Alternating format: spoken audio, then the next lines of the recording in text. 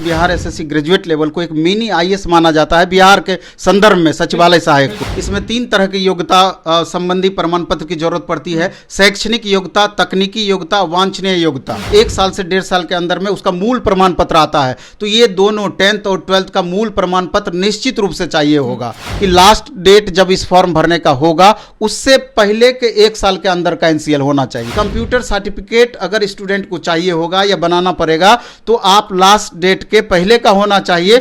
जो आर्थिक रूप से कमजोर बच्चे हैं उनके लिए प्लेटफॉर्म बाय नवीन कुमार सिंह ऐप पर मात्र 199 रुपये में 13 अलग अलग टीचर मिलकर के पूरा कोर्स पढ़ाएंगे। नमस्कार, मैं हूं अनुकुल तिवारी और आप लाइव सिटीज देख रहे हैं। देखिए हमारे साथ नवीन सर हैं। 9 साल के बाद ये वैकेंसी आती है बीएसएससी +2 लेवल, और लोग जो है वो बड़ा कंफ्यूज रहते हैं डॉक्यूमेंट्स को लेके कि कौन कौन से डॉक्यूमेंट लगेंगे, क्या करना होगा, कैसे करना होगा, क्योंकि डॉक्यूमेंट वेरिफिकेशन जब होता है तो बड़ा लफड़ा हो जाता है। तो 9 साल के बाद वैकेंसी आई है, कौन कौन से डॉक्यूमेंट्स लगेंगे? सबसे पहले तो आपको धन्यवाद।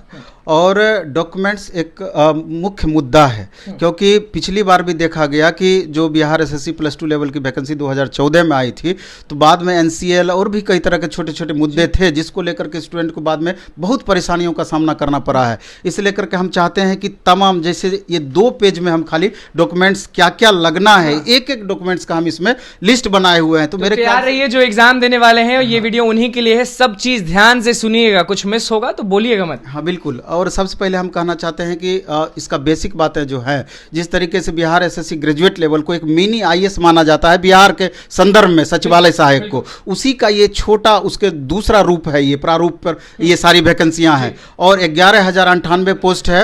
और इसमें 2 पोस्ट राजस्व कर्मचारी और पंचायत सचिव, सबसे ज़्यादा जो ये जिसका पोस्ट है, और ये बहुत ही बेहतरीन पोस्ट माना जाता है। तो हम पहले डॉक्यूमेंट्स पर चर्चा करते हैं। तो इसमें आवश्यक प्रमाण पत्र या डॉक्यूमेंट्स के बारे में हम चर्चा करना चाह रहे हैं, जो कि एकदम बेहद जरूरी है। इसके अभाव में स्टूडेंट कितना भी मेहनत कर ले, अगर थोड़ा भी कमी रह जाता है तो लास्ट में उनकी सदस्यता या रद्द कर दी जाएगी, बहुत दिक्कत का सामना करना पड़ सकता है। तो ये 2 पेज में हम खाली डॉक्यूमेंट्स का चर्चा किए हैं, जिसका हम चर्चा करना चाहते हैं डिटेल से। जैसे सबसे पहले इसमें 3 तरह की योग्यता संबंधी प्रमाण पत्र की जरूरत पड़ती है। शैक्षणिक योग्यता, तकनीकी योग्यता, वांछनीय योग्यता। तो सबसे पहले हम बात करें शैक्षणिक योग्यता में, तो सबसे पहले इसमें आएगा प्रमाण पत्र यानी सर्टिफिकेट। इसमें 2 सर्टिफिकेट का जरूरत पड़ता है, एक 10th का सर्टिफिकेट, दूसरा 12th का सर्टिफिकेट। जनरली क्या होता है कि कोई भी सर्टिफिकेट जब आप एग्जाम देते हैं 1 साल से 1.5 साल के अंदर में उसका मूल प्रमाण पत्र आता है। तो ये दोनों 10th और 12th का मूल प्रमाण पत्र निश्चित रूप से चाहिए होगा। इसके बाद अंक पत्र में क्या है कि 12th का मार्कशीट या अंक पत्र की जरूरत पड़ेगी।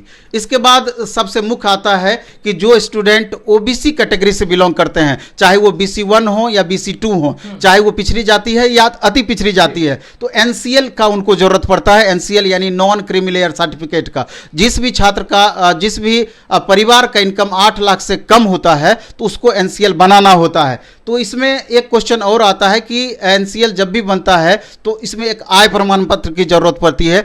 आय स्टूडेंट के नाम से बनेगा आय प्रमाण पत्र या उनके पिता के नाम से? तो निश्चित रूप से छात्र अपने पिता पर ही डिपेंडेंट होते हैं, तो एनी हाउ उनके पिता के नाम से ही आय प्रमाण पत्र बनना होता है। लेकिन बहुत सारे ऐसे भी छात्र होते हैं कि जो कि जॉब में रहते हैं, तो उसको उस परिस्थिति में उनके खुद के नाम से आय प्रमाण पत्र बनाना होगा। तो एनसीएल बनाने के लिए जो होता है, पहला कंडीशन कि फॉर्म भरने के लास्ट डेट के पहले का एनसीएल होना चाहिए और 1 साल के अंदर का एनसीएल होना चाहिए। बहुत छात्र को होता है कि नहीं हमारा एनसीएल ऑलरेडी बना हुआ है। तो इस कंडीशन को जान लें कि लास्ट डेट जब इस फॉर्म भरने का होगा उससे पहले के 1 साल के अंदर का एनसीएल होना चाहिए। और एनसीएल जो आपका होगा वो एसडीओ लेवल का होगा।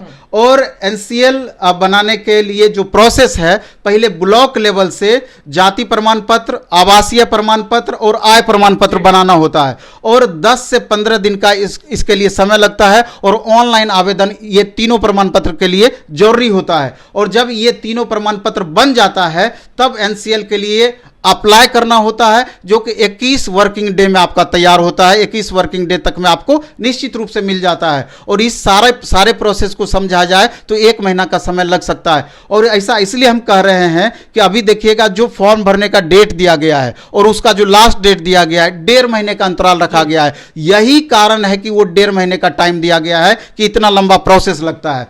इसके बाद महिला उम्मीदवार के संदर्भ में बताया गया है कि महिला उम्मीदवार जब भी एनसीएल बनाएंगी तो उनके पिता के नाम से ही बनेगा, क्योंकि पिता के नाम से ही उनका जाति क्लियर होगा, पति के नाम से नहीं होगा। ये बिहार के संदर्भ में ये खासा इस बात पर जोर दिया गया है, ये नहीं हो पिता के नाम से ही बनाना है। इसके अलावा जिनको ईडब्ल्यूएस प्रमाण पत्र की जरूरत होगी तो उनको फाइनेंशियल ईयर 22-23 का ही ईडब्ल्यूएस देना होगा। इसके अलावा एससी एसटी के केस में जाति प्रमाण पत्र की जरूरत पड़ेगी। इसके अलावा जो स्वतंत्रता सेनानी के पोता पोती नाती नतनी हैं उनको डीएम लेवल तक का प्रमाण पत्र देना होगा। इसके अलावा जो विकलांग कैंडिडेट हैं उनको दिव्यांगता प्रमाण पत्र नॉर्म के हिसाब से देना होगा। इसके अलावा उपरोक्त डॉक्यूमेंट्स आवेदन से पूर्व पूरा कर लेना होगा।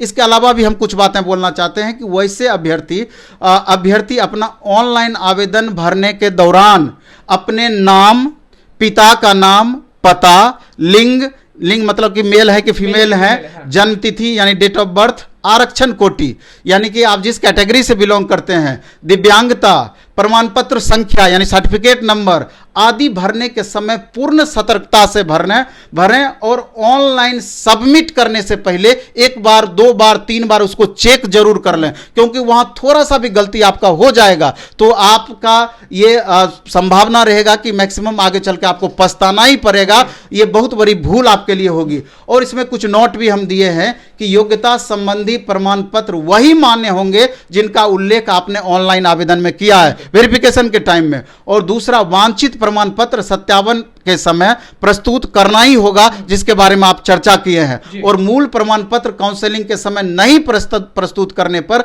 आपकी उम्मीदवारी रद्द कर दी जाएगी। इसको एकदम स्ट्रिक्टली समझना है। और इसमें एक बात और हम कहना चाहेंगे कि इसमें 2 प्रमाण पत्र, एक तकनीकी प्रमाण पत्र और दूसरा योग्यता संबंधी प्रमाण पत्र जो अलग से दिया गया है। जैसे कि कंप्यूटर सर्टिफिकेट अगर स्टूडेंट के पास है और टाइपिंग सर्टिफिकेट है तो वो सारे पोस्ट को इसमें भर सकते हैं। और कंप्यूटर सर्टिफिकेट अगर स्टूडेंट को चाहिए होगा या बनाना पड़ेगा तो आप लास्ट डेट के पहले का होना चाहिए। और जनरली 6 महीने वाला भी चलेगा, लेकिन अगर 1 साल वाला कंप्यूटर सर्टिफिकेट रहता है तो बेस्ट है। लेकिन आपको इसमें ध्यान यह देना होगा कि कंप्यूटर सर्टिफिकेट आप वैसे जगह से बनवाएं जो कि आपको नेट पर जिसका सर्टिफिकेट नंबर या नेट पर जिनका कंफर्म मिले कि ये भारत सरकार या बिहार सरकार से मान्यता प्राप्त है। नहीं तो अभी बहुत सारे दुकान खोलकर बैठ जाएंगे आपको सर्टिफिकेट देने के लिए और बाद में आपको वेरिफिकेशन के समय पता ही नहीं चलेगा कि रियल में उस समय फेक था, हमको पता ही नहीं चला। तो इसलिए इस पर ध्यान देना है। और टाइपिंग सर्टिफिकेट भी जरूरी है, इसलिए इसी मोड में आपको टाइपिंग सर्टिफिकेट भी आपको देना होगा। तो दस्तावेज संबंधी इतनी ही बातें हैं, इनको गौर करके स्टूडेंट क्योंकि अगर फॉर्म आप सही तरीके से भर दिए, इतना सारा इसमें प्रोसेस है, तो समझिए कि आधा परीक्षा आप यहीं पास कर गए। डॉक्यूमेंट जो आप भरते हैं वही परीक्षा का मेन होता है। अब डॉक्यूमेंट्स ही आप सही तरीके से नहीं भरेंगे, आप फॉर्म ही सही तरीके से नहीं भरेंगे तो कितना भी आप मेहनत कर लें, कितना भी आपका तैयारी बेहतर हो जाए तो आप दूसरे दौर में आप पहुंच ही नहीं सकते हैं। 9 साल के बाद आ रही है, तैयारी करें कैसे बच्चे? नहीं तो चूंकि इसमें भी बहुत ज्यादा टीचर की तरह टाइम नहीं दिया जाना है। हाँ। तो उम्मीद है कि इसका भी एग्जाम जनवरी में निश्चित रूप से हो जाएगी। इसलिए हाँ, जनवरी में। इसलिए जो छात्र हैं आगामी 3 से 6 महीने का समय उनके लिए बेहद महत्वपूर्ण रहना है, क्योंकि बिहार सरकार जो अपनी वैकेंसी का पिटारा खोली है वो 6 महीने के अंदर में वो पिटारा बंद भी करने वाली है। इसलिए इस बीच में आप लाभ उठा पाए तो ठीक है, नहीं तो आपके लिए परेशानी पैदा होगी। दूसरा बात एक हम अपने संदर्भ में भी कहना चाहते हैं कि जितनी बड़ी इसके सिलेबस है, क्योंकि इसमें 150 क्वेश्चन पूछा जाएगा। 150 क्वेश्चन में 25 क्वेश्चन अर्थमेटिक्स से और इसके अलावा 50 क्वेश्चन रीजनिंग से और फिजिक्स केमिस्ट्री बायो मिलाकर के 25 क्वेश्चन। इसके अलावा history, polity, economy, geography, current affairs, static, GK और बिहार संबंधी सब्जेक्ट से बाकी का 50 क्वेश्चन। कुल मिलाकर 150 क्वेश्चन में 12-13 सब्जेक्ट की भागीदारी होगी। तो 12-13 सब्जेक्ट का जो आर्थिक रूप से कमजोर बच्चे हैं उनके लिए प्लेटफॉर्म बाय नवीन कुमार सिंह ऐप पर मात्र 199 रुपये में 13 अलग अलग टीचर मिलकर के पूरा कोर्स पढ़ाएंगे, पूरा रगड़ के पढ़ाएंगे अपने बेस्ट फैकल्टी से। और इस मंडे से बैच भी स्टार्ट होना है। चलिए, तो मतलब कि सारा डॉक्यूमेंट बता दिया नवीन सर ने। अब कंफ्यूजन नहीं होना चाहिए। देखिए 9 साल के बाद ये वैकेंसी आई है तो थोड़ा बहुत दिमाग में रहता है कि क्या क्या देना होगा, क्या लगेगा, क्या नहीं लगेगा। तो नवीन सर ने सीधे बता दिया। 2 देखिए पेज लेके बैठे हुए थे, सब चीज एक एक करके बारीकी से समझाएं। तो अब सोचना नहीं है। ये वीडियो उन्हीं लोगों के लिए था जो इस वैकेंसी में भाग लेंगे, तो दिक्कत ना हो, इसीलिए हम ये वीडियो बनाए ताकि आप लोग अच्छे से डॉक्यूमेंट को फिलअप करें। तो बस लाइव सीरीज के साथ बने, चैनल को सब्सक्राइब करें। धन्यवाद।